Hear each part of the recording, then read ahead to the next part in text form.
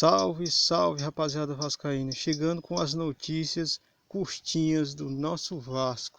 Deixe seu like, se inscreva no canal Vascaíno do Ceará, ative o sininho das notificações. É nóis, veja aí o próximo vídeo. Meus amigos, vamos falar do jogo de hoje. Vai ser um jogo super importante pro Vasco. O Vasco saiu do G4, com a vitória do Flamengo e do Volta Redonda, contra o Bangu. O Vasco saiu do G4.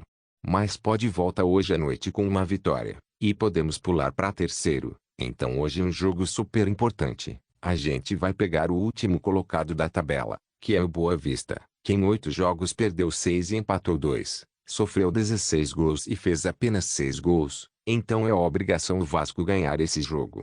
Eu espero que o Vasco vença esse jogo hoje, para passar o Botafogo e o Volta Redonda, para ficar na terceira colocação, para quando for jogar contra o Flamengo, já ir brigando pela classificação. O Maurício Barbieri deve ter alguns desfalques, mas deve ir com o mesmo time do último jogo. A provável escalação do Vasco deve ser: Léo Jardim no gol. Nas laterais Lucas Pinto, na esquerda, e o Puma Rodrigues, na direita. Dupla de zaga com Léo Pelé, e o Miranda, no meio de campo, com Rodrigo, e Jair, o Alex Teixeira, ou o Nenê, e lá na frente Gabriel Peck, Pedro Raul, e Eric Marcos. Lembrando que o jogo vai ser às 7h30, horário de Brasília. O Vasco vai jogar em casa. Todos os ingressos foram vendidos, ou seja, teremos casa cheia. Agora vamos falar de mercado da bola.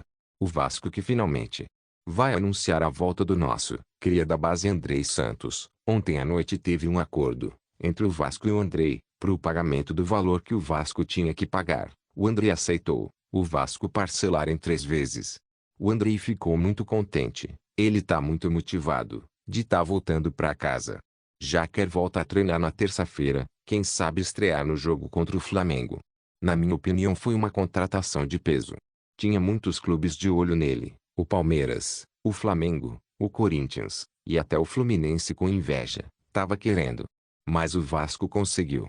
Ele joga pelo menos até o dia 1º de julho, quando ele vai servir a seleção brasileira sub-20 no Mundial. Pode até ficar até o final do ano, mas vai depender dele. Se ele atingir os pontos pro visto de trabalho, ele vai voltar pro Chelsea, mas se ele não atingir, ele fica até o fim do ano. Agora vamos falar sobre outra contratação, que pode acontecer ainda nos próximos dias. É o atacante Lelê, que ainda tá jogando o Campeonato Carioca. Vai ter uma reunião, com a presença do Abel Braga, e um executivo da 777, para assinar o acordo entre Vasco e Itaboraí. O jogador segue jogando o Campeonato Carioca. Ele é o artilheiro do Campeonato Carioca com 10 gols na última partida do Volta Redonda. Ele fez 2 gols. Ele chega no Vasco por empréstimo, até o final do ano, com o Vasco tendo a opção de comprar o jogador em definitivo, caso ele venha atingir algumas metas. Agora vamos falar do jogo do Vasco contra o Flamengo. Provavelmente, teremos a estreia do Manuel Capasso. Ainda hoje deve chegar os documentos da Argentina para que o Vasco aplique o visto de trabalho, e possa registrar o jogador na CBF, para que ele possa atuar no domingo, ou como titular, ou como reserva. A situação do Marlon Gomes e do Figueiredo, eles começaram a treinar já amanhã, para a volta na partida de domingo. Vamos esperar se o Barbieri vai deixar eles no banco ou vai ser titular, ou vão ser poupados para entrar no decorrer do jogo.